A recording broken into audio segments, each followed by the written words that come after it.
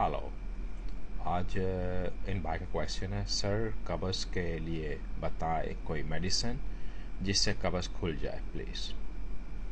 First all, कब्ज़ खोलने के लिए आपको ज़्यादा पानी पिए, क्योंकि आप मोस्टली कब्ज़ होती उन लोगों को है जो काफ़ी कम पानी का, काफ़ी लिक्विड कम का यूज़ करते हैं, मतलब अपने आप को हाइड्रेट कम रखते हैं। मैं आपको ये रिकमेंड करूँगा आप ज़्यादा से ज़्यादा पानी पिए, क्योंकि अगर आपको कब्ज़ का ट्रबल कंटिन्यू हुआ तो ये आगे से जाकर आपको हेमोरॉइड, बवासीर का प्रॉब्लम देगा। बवासीर होती उन्हीं लोगों को है जो मोस्टली कम पानी का इस्तेमाल करते हैं, लेस हाइड्रेट करते हैं अपने आप को। तो कब्ज़ के लिए, कब्ज़ कॉन्स्टिपेशन के लिए ज़्यादा पानी पिए, ज़्यादा फाइबर, फ्रेश वेजिटेबल फ्रूट्स खाएं, ज़्यादा फाइबर की चीज़ें खाएं, और कोशिश करके फास्ट फूड, जंक फूड से परहेज़ कीजिए, मतलब पास्ता, पिज़्ज़ा, ये बर्गर वगैरह, इनसे आप अवॉइड कीजिए।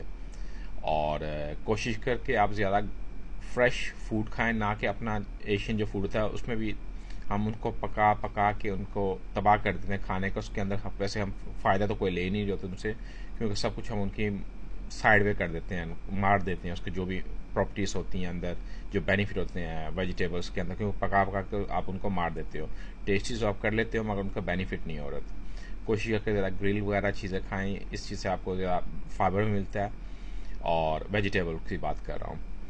और इसके अलावा अगर किसी मेडिकल स्टोर जाके आप डोकोलक्स ले सकते हैं, उसके ऊपर पिक्चर आप देख सकते हैं, और डिफरेंट लैक्सेटिव हैं जो आपको हेल्प कर सकते हैं आपके रेगुलर स्टोमक को करने के लिए।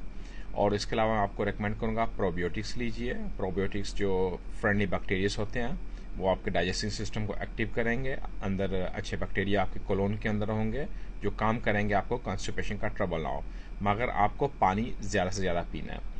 और इसके अलावा अगर होम रेमेडी में आप बोलें तो आप एलोए वेरा किसी मेडिकल स्टोर से या किसी नेचुरल शॉप से जाकर ले सकते हैं। एलोए वेरा ड्रिंक है, मतलब उसको एवरी मॉर्निंग 10 ml या 15 ml एवरी मॉर्निंग पिए। उससे आपको एक तो डाइजेस्टिंग में भी हेल्प होगी, वेट लूज में हेल्प होती है, इसमें आपको कब्ज़ कॉन्स्टिपेशन के लिए भी ट्रबल ना हो, और इससे आपकी पॉटी भी सॉफ्ट होती है, ना कि इतना हार्ड जिससे आपको बवासीर का ट्रबल हो सके।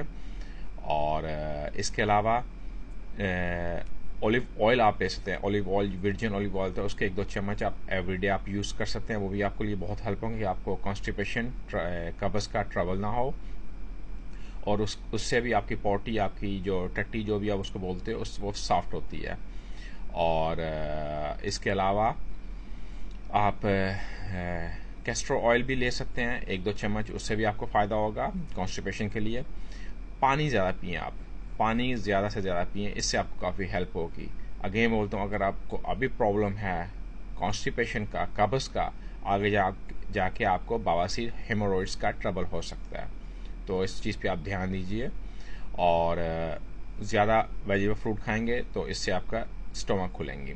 और आप दूसरी चीज़, जब आप बैठते हो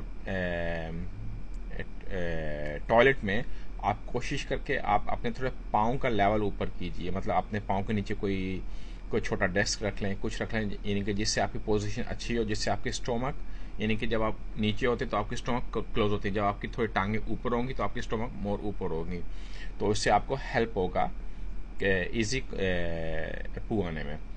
और यही मैं आपको रिकमेंड करता हूँ। ऑलिव ऑयल यूज़ करें, कैस्टर ऑयल यूज़ कर सकते हैं, एलोए वेरा एवरीडे पिए।